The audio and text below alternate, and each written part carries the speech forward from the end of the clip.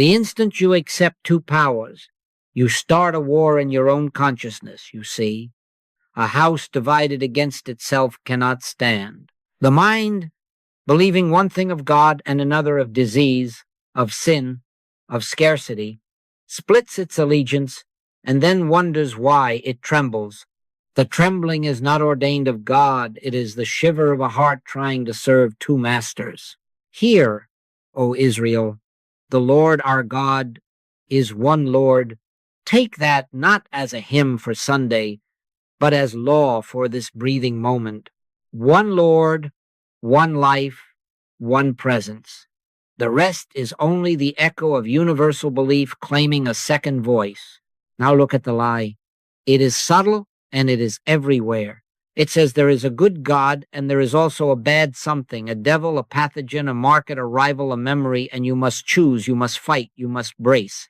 And the moment you brace, you have already conceded reality to the phantom. Reaction is the incense offered at the altar of a second power. We are not sinners in the moral sense here. We are simply hypnotized worshippers before an empty shrine. Resist not evil. Do you see why the Master spoke so?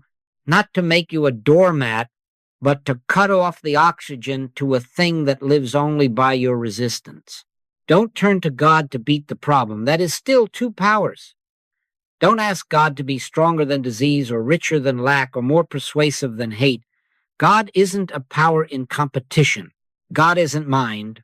God isn't even soul as you conceive it. Nobody knows what God is, yet God is one. God is the presence that requires no opposite to be itself. I am the Lord, and there is none else. If there is none else, what exactly are you fighting? Appearances, yes.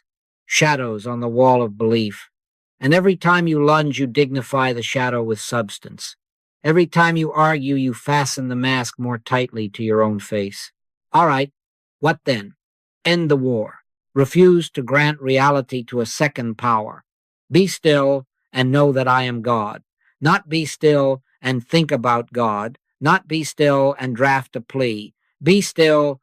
The very stillness is your declaration that one is enough. When a fear appears, do not fear it, love it, or hate it. Neither fear, love, nor hate any appearance, because in any of those motions you have crowned it with borrowed authority. Stand in the middle path, you see, where there is no side to defend, no enemy to smite, no outcome to secure. This peace I give unto you, not as the world giveth. The world's peace is a truce after a skirmish. It lasts until the next headline. The peace of one is the end of headlines within you. It is practical. It governs your day. It dissolves the knot in the stomach and the argument in the throat, not by victory, but by absence of battle. The key is single, organizing, uncompromising. One presence, one activity, no other law. Plant that like a seed and do not dig it up every hour to see if it has sprouted. Let it have its perfect work. In that refusal to entertain a second power, the inner cannon falls silent, and the kingdom that was never shaken is felt again. Now, let us be exact. When we speak of one power, we are not raising up a mighty deity to wrestle down a lesser devil. God is not a bigger club. God is not power in the sense of force, and God is not mind in the sense of thinking substance, and God is not even soul as you have conceived a private, cherished essence. Nobody knows what God is. Yet God is the living presence that requires no opposite to be itself, the isness that is before thought and after thought and without thought. I am the Lord, and there is none else, is not a boast. It is a description of reality. In him we live and move and have our being. If we live and move and have our being in, that tell me, where is the space left for a second power? There is no space. There is only the one being all that is, and every hint of another is a mist of belief, a dream within the senses. Now, what this does not mean, listen closely, it does not mean You take your human concepts of good and elevate them into an almighty force to whip the bad. It does not mean you try to use truth like a sword to stab your problems. The moment you try to use God, you have divided God into user and used and birthed two powers again. One power is not a denial of appearances. It is the unmasking of them as non-powers. Light does not fight the dark. The light shineth in darkness, and the darkness comprehended it not. Why? Because darkness has no law, no entity, no mandate. It is the absence of light, and its so-called activity is only the motion of our frightened reaction. So understand appearances rightly. They are not powers, they are pictures on the screen of sense and thought, the fever chart, the bank line, the temper flaring, the breaking news pictures. The screen does not bleed when the battle rages across it. Only the one mistaking picture for power suffers. Do you see? Faith, the measure of faith, is shown by your reaction, and non-reaction is the testimony that you are beholding the screen and not wrestling shadows in the aisle. Neither fear, love, nor hate any appearance. All right, the love I forbid is not divine love. It is the sentimental clinging to a picture called my good. The hate I forbid is the personal vendetta against a picture called my evil. The fear I forbid is reverence, offered to an image as if it had law. Then what do? You stand still in the one. Take no thought for your life, not in neglect, but in yieldedness to the life that is living you. Be still and know. Let the inner word, peace, be still, address the storm, and watch that it rebukes nothing outside, but stills the vibration of reaction within. One presence, one activity, no opposing power, therefore no basis for fear, no need for fight. In that ground, the roots of suffering cannot find soil, and the seed of quiet order is free to germinate without your hourly inspection. Let it have its perfect work. Now, let us watch the very gears turn so you may see why the pain grows when it does. An appearance knocks, and at the first knock you take it for cause, not picture, and the moment you take it for cause you must react. You cannot help it. If there are two powers, one must defend against the other. And so the heart races, the mind drafts strategies, the tongue prepares an answer, the hand reaches for the lever, and all of that vibration is incense at the altar of an imagined second power. Judge not according to the appearance, but judge righteous judgment. Do you hear how practical that is? If you judge by the picture, you grant it law. If you stand in righteous judgment, right seeing of one, you starve the picture of belief, and without your belief, it has no breath. Suffering multiplies by reaction, like ripples multiplying when we thrash at our own reflection. The body tightens, the nerves burn, relationships strain, money flees, not because God has decreed a lesson, but because we have knelt to a mask and called it master. On the whole, we are not dealing with personal devils. We are brushing against universal belief impersonally parading in our doorway. Contagion knocks, very polite, with statistics and experts. Lack knocks with columns and charts. Guilt knocks with a scrapbook of yesterday's failures and the pious reminder that you skipped your prayer or your Sabbath. None of these have law. None. To be carnally minded is death, but to be spiritually minded is life and peace. The carnal mind, the world belief, the hypnotic suggestion has no ordination from God. It is a mist. And yet, if you react, you clothe it. If you fight, you feed it. If you embrace it, you become it. Neither fear, love, nor hate any appearance. Let me give you a window. In San Francisco, I had a call. A young mother with a child in a sudden flare skin of fire, breath shallow, the household frantic. Now, the human impulse is immediate and loud. Ice, ointments, arguments, advice. But I have learned never enter the case humanly, never give human advice. I said very little. I sat quite still and refused to take a side, not the side of the rash, not the side of the remedy, not even the side of a desired outcome. I turned from personalities to principle. Within that silence, I could say within myself, one presence is the life of this child. Universal belief in inflammation has no law to sustain itself. Peace, be still.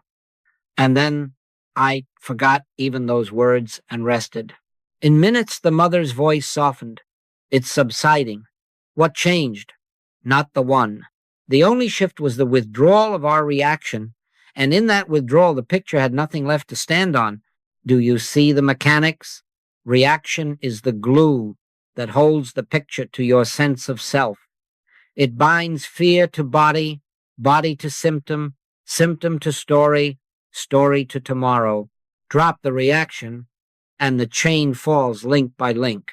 This is not passivity. This is refusing to lend reality to a second power. Stand still and see the salvation of the Lord. Stand still means end the manufacturing line within you, the thought, the defense, the counterattack. Right now, quietly, wherever contagion, lack, or guilt knocks, acknowledge this is a universal belief with no mandate. Let the recognition be wordless if it can. Let it be a breath. Then do not check the clock. Let maturity bring to light. Suffering is not God's sentence. It is our self-inflicted surcharge on a false bill. When we cease paying with reaction, the bill is shown to be counterfeit, and peace, unfought, unforced, appears as what always was. Now let us make the pivot that turns understanding into effectiveness. If reaction manufactures suffering, then choosing sides manufactures the battlefield on which reaction thrives. You see, you are never dealing with a good side and a bad side. You are never dealing with your people versus their people. Christ is the only identity. There is neither Jew nor Greek, bond nor free, male nor female, for ye are all one in Christ Jesus. If you cling to a side, family side, political side, even your most pious religious side, you have already signed an armistice with a second power. Lay it down. If you are not willing to leave mother, brother, sister, father, for my sake, that is, for Christ's identity, you will keep the war alive in your chest. In labor and capital, I have been invited more than once to pray for the success of the side that hired me. All right? I cannot do it. Not even the side that hires you. Do you see why? Because the moment I desire victory for labor against capital, or capital against labor, I have enthroned personal interest as law and demoted principle to servant.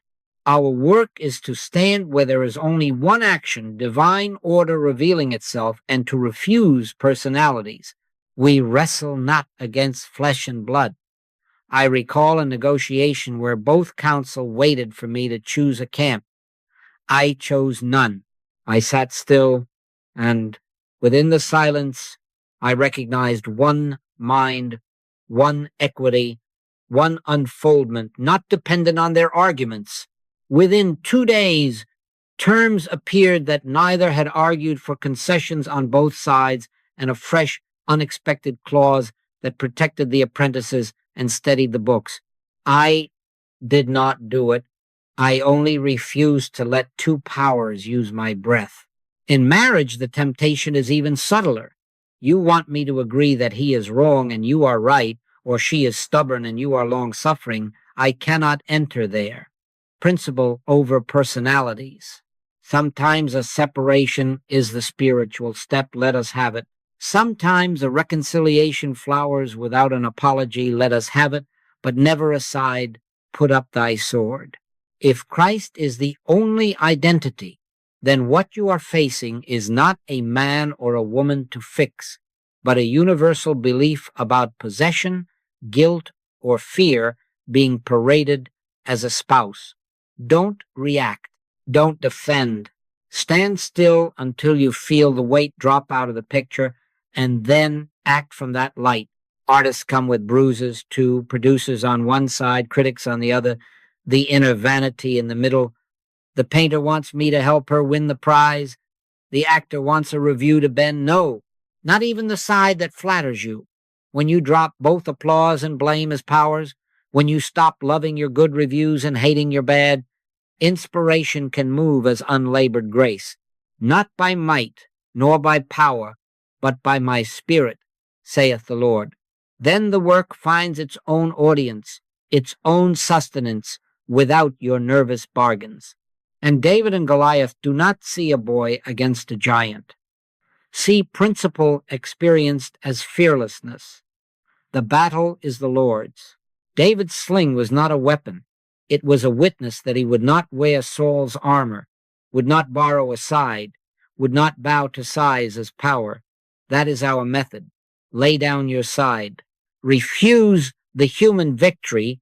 Stand in the middle, in Christ identity, until the roar is only a picture and the presence is the only fact. Effectiveness begins there, and only there. Now, the question is, how do you walk this middle path so it is not theory but breath? One power without denial means exactly this. You do not deny a fever chart or a court summons or a headline. You deny that any of these are powers. Do you see the difference? You can read the numbers. You can answer the door, but you do not bow. Judge not according to the appearance, but judge righteous judgment. Righteous judgment is not arguing a brighter picture. It is recognizing that one presence remains whole while pictures pass across the screen. Step 1, name it impersonal. The moment you say, my arthritis, his hate, their recession, you have personalized a universal belief and fastened it to identity. Stop right there. This is not yours, and it is not his. This is world belief presenting itself at your threshold. Belief in inflammation, in rivalry, in scarcity, in guilt. We wrestle not against flesh and blood. All right? So silently within yourself acknowledge, on the whole, this is impersonal suggestion and has no law. Right now, I nullify any seeming effect from a universal belief. Then forget even that sentence and rest. Step 2, drop theology. Don't start throwing truth statements at a picture as if words were stones. Nobody by taking thought can contact God. God isn't mind as you conceive it. God isn't even soul. Nobody knows what God is. So stop the mental clutching, the verses as charms, the slogans. Let the mind relax its fist. Take no thought, not neglect yieldedness. Let the truths, dissolve into quiet rather than mount a lecture. Step 3, surrender personal will. No outcome to force, no side to win, no timetable to keep. Not my will, but thine be done. If harmony appears as a door closing, let us have it. If harmony appears as a door opening, let us have it. Don't look at your demonstration day by day. Don't demand a sign. Let maturity bring to light. Your interest is not in fixing scenes, but in refusing to confer reality upon a second power. Step 4, enter the split second of silence. Wait for the click. Sometimes it is a breath. Sometimes it asks the night. This kind goeth not out, but by prayer and fasting. Fasting from opinions, from fear, from promises to yourself. Be still and know. Not be still and think. Not be still and hope. Be still. In that stillness, the presence announces itself without words. You will feel a soft release, a weight dropping, a peace be still that is not addressed to weather but to your own reactive sea. Here is your micro-liturgy, and keep it simple. Pause. Recognize the appearance as appearance and impersonal. Rest, drop the arguments. Let the presence announce itself in silence. Then act, or do not act, without reaction. In a shop with a sharp-tongued clerk, you pause, You recognize a universal belief in tension. You rest. The click comes. Perhaps a gentle smile appears from nowhere, or perhaps you turn away quietly, no sting, no story. In a waiting room, with a diagnosis looming, you pause. You refuse to make the test a power. You rest until the inner hush settles. Then you proceed with whatever is humanly proper, but without bargaining, without dread. Not by might, nor by power, but by my spirit. This practice is not a fight, it is a yielding, it is silent recognition, it is the middle where suffering cannot root because there is no reaction to feed it. My peace I give unto you, not as the world giveth. Receive it there, in the click, and let God have its perfect work. Now, let us go beyond practice as technique and cross into contact, because nobody by taking thought can contact God. Do you see? Thought is the instrument that pictures the world.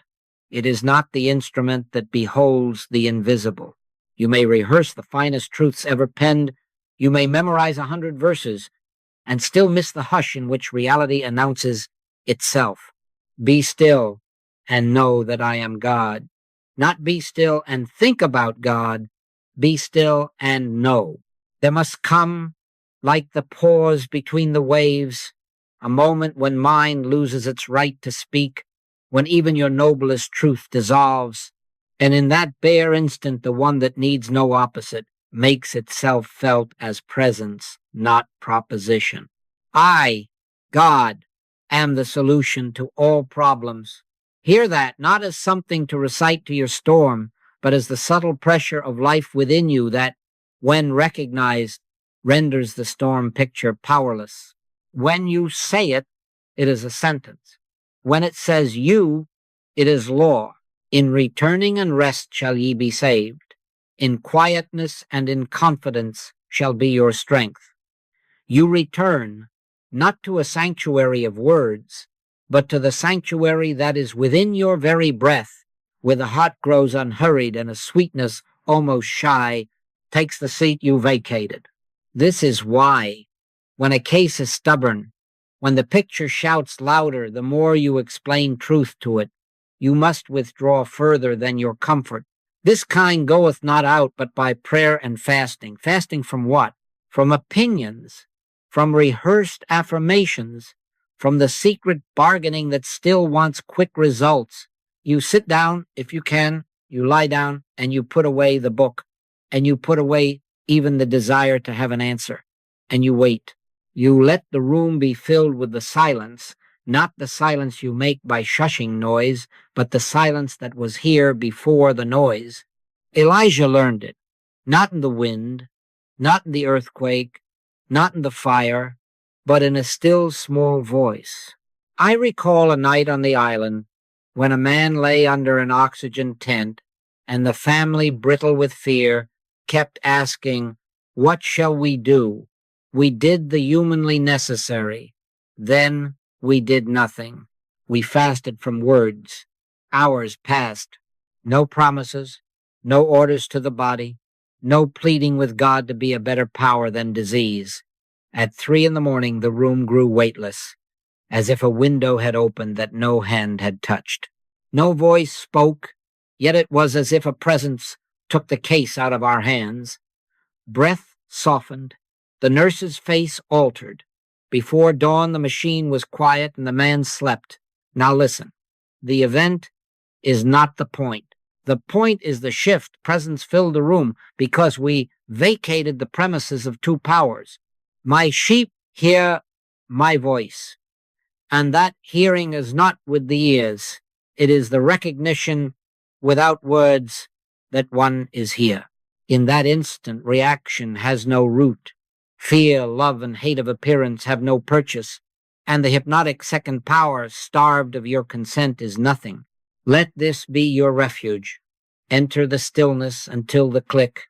Wait until I, God, is felt rather than framed, and from that wordless center, move or do not move, but do not react. In that contact, the war ends, not by victory, but by vanishing. Now, Let us take this out of the room and onto the street. Health first, because the body shouts loudly and the world agrees with its shout. Infection and contagion claim law. They come armed with charts and seasons and family histories. And if you join the chorus, either in fear or in hatred, you have already put a crown on a second power. Neither fear nor hate the germ. Recognize, silently, this is a universal belief acting as prognosis. It has no ordination from God, no law to support it. No plague shall come nigh thy dwelling, said the psalmist, not as a charm, but as a recognition that one is present and there is none else. Do what is humanly proper. Yes, then withdraw your reaction. I have watched whole offices go under a wave of symptoms, while one or two who would not react moved through as if in a different weather. Why? Not resistance, recognition. One presence, one activity, the picture finds no adhesion. Money, the world says, chase, bargain, hustle, and as you chase, the coins scatter like birds. Supply is not coins. Supply is the activity of God realized. Seek ye first the kingdom of God and his righteousness, and all these things shall be added unto you, added, not wrung from the world by strain. I have a letter from a student who, after weeks of clutching at opportunities, laid the clutch down, sat in the silence until the click, and went for a walk. On that walk, an acquaintance mentioned a need he could meet. Within days, he was engaged, fairly paid, and unhurried. Do you see? Cease chasing dollars. Stand in the realization of one life expressing itself as right place, right action, right remuneration. Then move simply with what appears, not by might, nor by power, but by my spirit. Relationships. Do not make gods of harmony as picture. Sometimes a separation is the spiritual way of peace. Let us have it. Better the stillness of God than the bondage of human appeasement. What therefore God hath joined together, let not man put asunder. And what God joins is spiritual identity, not possessiveness, not fear. If living together is the only altar at which you can kneel, be honest. If leaving is what releases both souls into gentleness, be honest. Never aside. Lay down your rightness and your grievance. Refuse to react. Wait for principle to declare itself. I have seen apologies with no fruit and quiet partings with sweet fruit. Let God have its perfect work. And the news our public liturgy of dread and pride. Do not love or hate the headline. Do not let excitement draft your breath. Ye shall hear of wars and rumors of wars. See that ye be not troubled. Bless principle in the midst. One mind, one equity, one law unbroken. Pray in secret, not for your side to win, not against some villain of the hour, but for the unveiling of what already is. In every arena, the refusal of a second power allows quiet spiritual order to surface. Stand still there and watch the screen change of itself. All right, someone will say, isn't this avoidance? If I refuse to react, am I not hiding from life? No. Non-reaction is not apathy. It is poised potency awaiting inner instruction. The athlete on the blocks is not passive because he is still, he is gathered. So with you, be still and know that I am God. The stillness is not an escape. It is the center from which the only effective act can be born. If you act from fear, you act under hypnosis. If you act from rage, you act as a second power. If you act from pity, you bend to the picture. But if you act from silence, you are not acting, you are letting the one act as you. Not by might nor by power, but by my spirit, saith the Lord. Do not confuse a quiet heart with a frozen hand. The hand may move promptly, call the doctor, steer the car to the shoulder, speak a firm no to an abuse, Wrap a blanket around a shivering stranger, but the movement is clean when it is born of principle, not panic. I have stood in rooms where alarms blared, and we did what was humanly proper, but we refused inner commotion. Stand still and see the salvation of the Lord does not mean neglect. It means end the inner war. When the war ends in you, clarity is available. The right phone number comes, the voice steadies, the step appears without argument. You see the difference? Same outer scene, different government. We do not turn to God to change appearances. That is superstition. We turn to God to behold God, and when God is beheld, appearances rearrange by law. Seek ye first the kingdom of God, and all these things shall be added. Added, not wrested from the scene. The master did not wrestle the loaves into being. He lifted his eyes and gave thanks. That thanksgiving is the beholding of one. Then the picture obeyed law. If an answer is to be spoken, it is given. Open thy mouth wide, and I will fill it. If silence is to be your answer, it is given. Sometimes the greatest help you render in a quarrel is to withdraw your heat, and in that withdrawal, words you would have wasted are saved, and the flame finds nothing to feed upon. Compassion without meddling, learn that. Jesus moved with compassion, touched, healed, forgave, yet he never joined the panic or the blame. Compassion is recognition of Christ's identity where a mask of distress is paraded. Pity, on the other hand, is belief in two powers, the poor soul and the strong rescuer. Don't meddle in people's dramas to relieve your own discomfort. Serve, yes. Speak, yes. Or be still, whichever the inner click assigns, but never from fear, rage, or pity. Put up thy sword, even the sword of helpfulness that is sharpened by your ego. Sometimes you will bring soup, sometimes you will bring a listening ear, sometimes you will bring nothing at all, but a presence that says without words, it is I, be not afraid, and that is enough. So, is this passivity? No, it is disciplined power. It is meekness that inherits the earth because it refuses to fight shadows. Let not your heart be troubled. Live untroubled within, and whatever movement is required without will come straight, unforced, and timely. The act of one acting as you.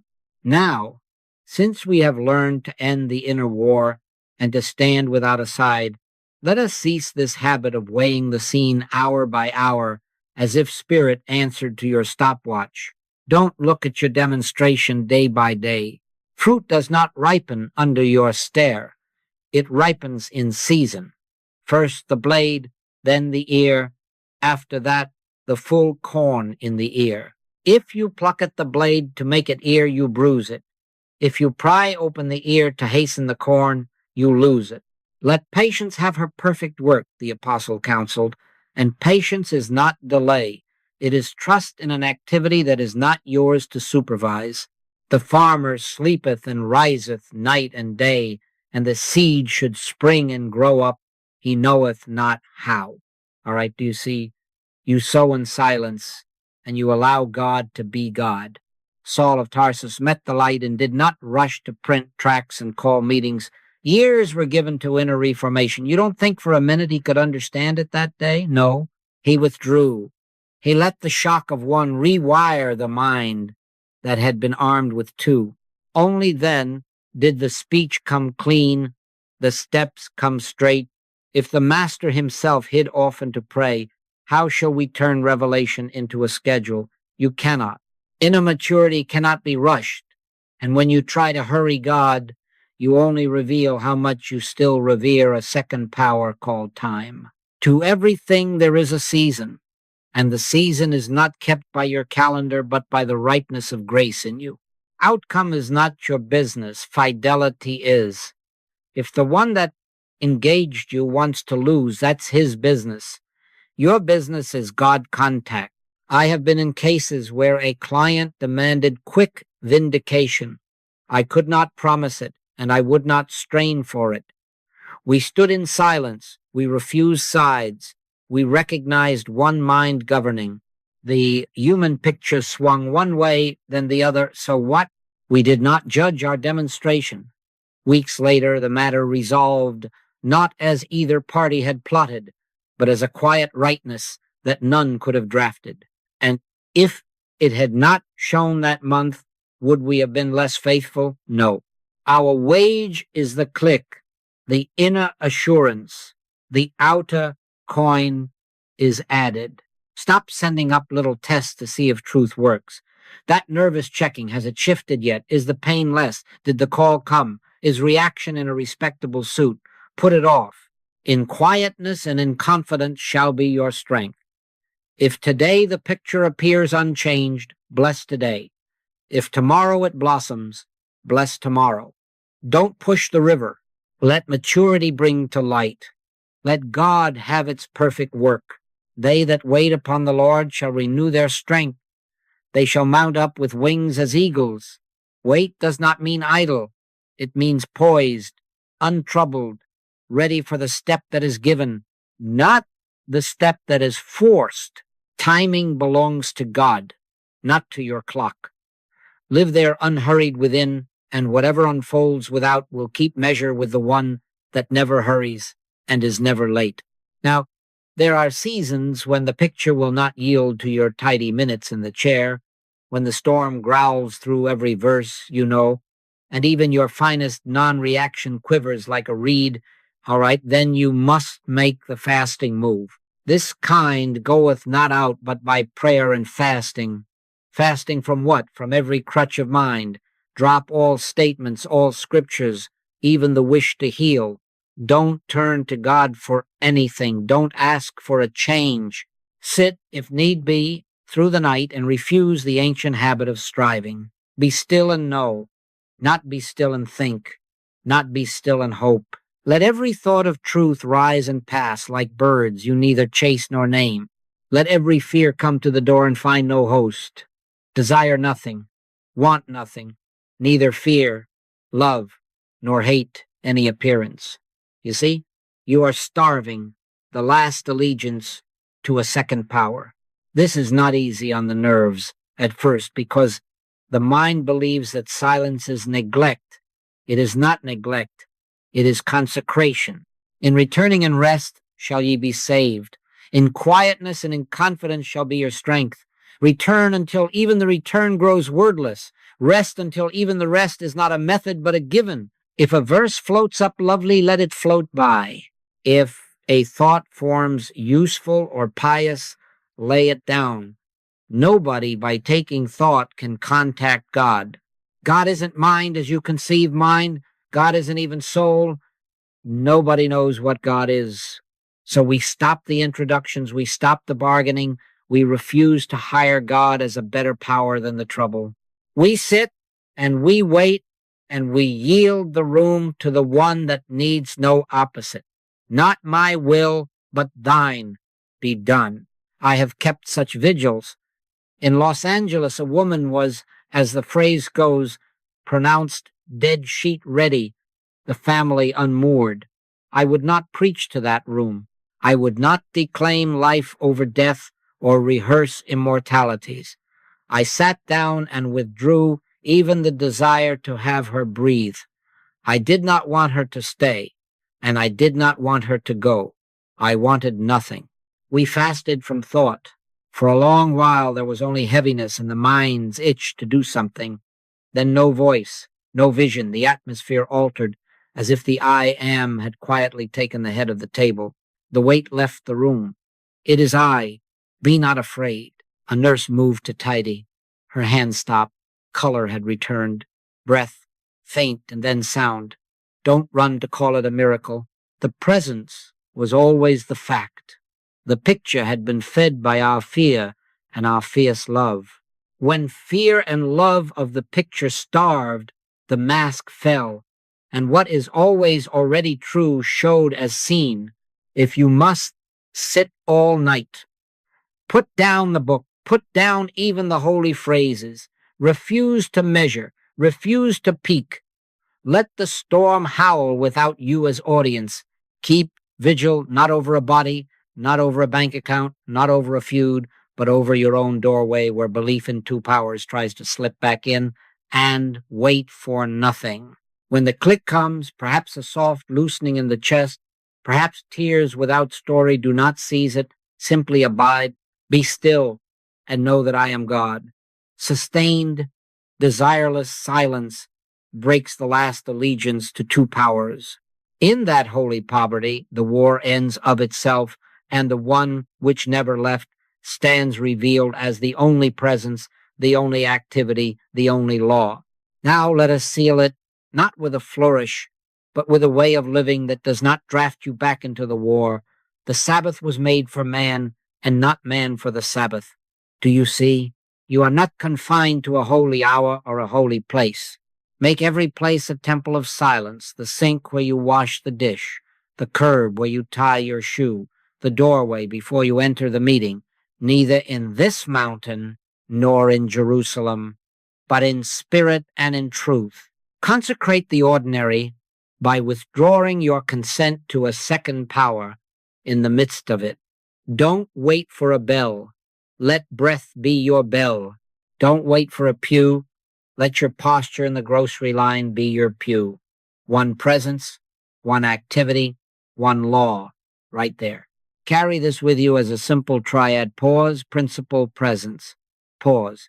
A split second that ends the war before the first shot is fired. Before emails, pause. Before meetings, pause. Before meals, pause. Principle. Refuse personalities, refuse sides, and acknowledge one mind governing. In that pause, remember Christ is the only identity, not your cleverness, not their stubbornness. Presence. Slip under thought into the hush, where I, God, announces itself without words. Wait for the click, even if it is only the faintest ease in the chest, and then move or do not move without reaction. If a sentence rises, let it be not by might nor by power, but by my spirit, not to persuade a picture, but to steady your gaze in the one, and be willing, if need be, to leave mother, brother, sister, father, for my sake, that is. Let old loyalties yield to inner light. When the dinner table demands your agreement to fear or blame, lay it down. When the office club asks your heat against another, lay it down. Who is my mother, and who are my brethren? Whosoever shall do the will of my Father. This is not indifference to people. It is fidelity to principle over personalities. Sometimes you will speak, sometimes you will be silent, sometimes you will step away, but always the allegiance is inward. No sides, no bargains, no outcomes to guard. Learn to hear it within. Be not afraid. It is I.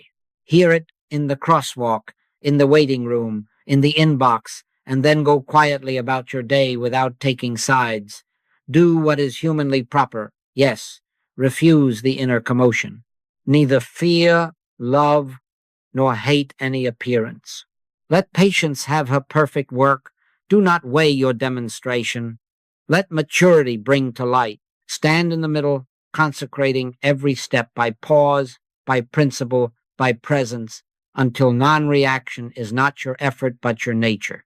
And you will find, without trumpet and without tally, that the root of suffering has withered for lack of your belief. My peace I give unto you, not as the world giveth. Live there, and the war is over.